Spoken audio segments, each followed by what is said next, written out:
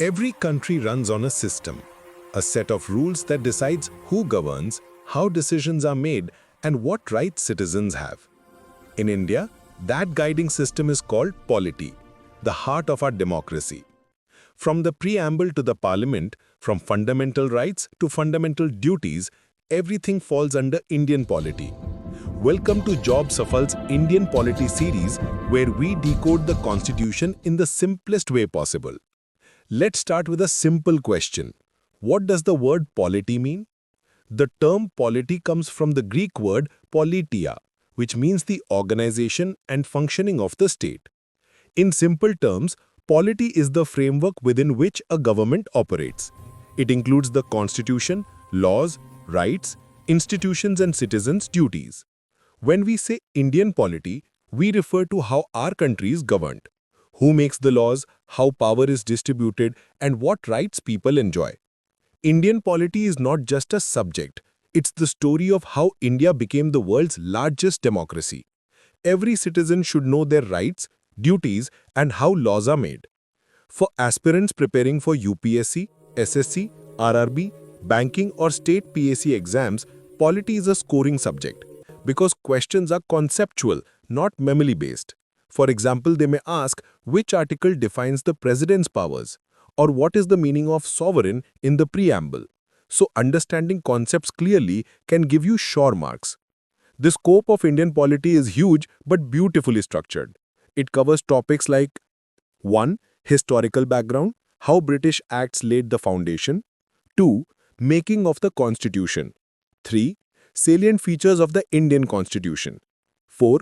Preamble, fundamental rights, duties, and directive principles. 5. Union and state governments. 6. Judiciary and emergency provisions. 7. Constitutional bodies like UPSC and Election Commission. Each of these forms one part of our upcoming videos. Did you know the Indian Constitution is called a borrowed constitution? It's because our founding fathers studied the best ideas from around the world. From the UK, we adopted the parliamentary system. From the USA, the concept of fundamental rights and judicial review. From Ireland, directive principles of state policy. From Canada, the idea of a strong centre. And from USSR, the ideals of socialism and justice. They merged all of them beautifully into an Indian framework. Let's quickly recall what makes Indian polity unique.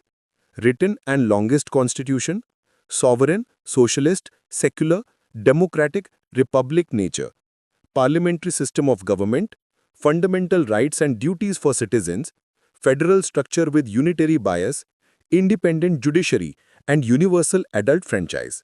Everyone above 18 has a vote.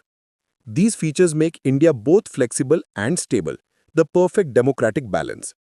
Quick fact, the Constitution of India came into force on 26 January 1950, but it was adopted on 26 November 1949. Why two dates? Because 26 January was already celebrated as Purna Swaraj Day since 1930, a symbol of full independence.